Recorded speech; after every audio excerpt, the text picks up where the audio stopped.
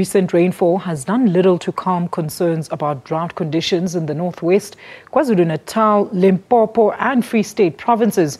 Now this due to El Nino-related conditions which have severely affected maize yields in the top crop producing provinces and have led to more grain imports.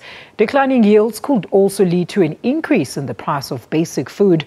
The Department of Water Affairs says local water resources are becoming depleted.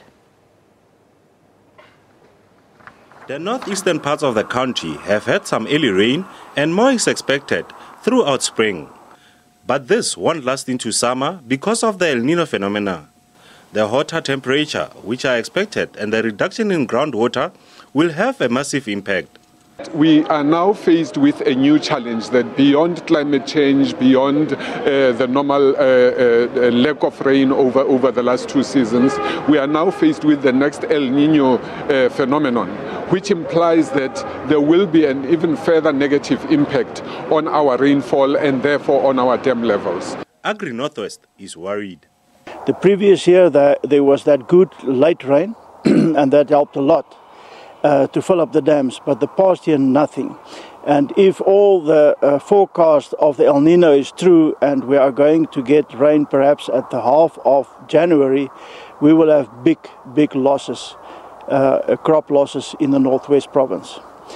Most of the farmers won't even be able to plant because there's no carryover moisture in the soil. This might even lead to job losses. They are going to be affected a lot because even jobs become scarce when there is no water. We won't plant things like tobacco, which need a lot of water, and we will be forced to plant things like sunflower, which do not need a lot of water. The South African Weather Services says this El Nino is the worst since the 1950s. Generally in summer, we get below normal rainfall when there's an El Nino in effect.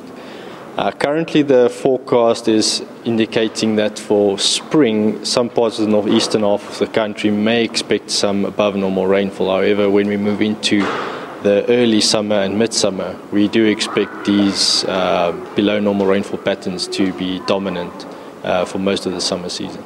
Water levels at several dams in the province, including Molateli Dam, which supplies both residents of South Africa and Botswana, have dropped to less than 10%. The Department of Water Affairs says this has forced them to limit water supply to neighboring countries.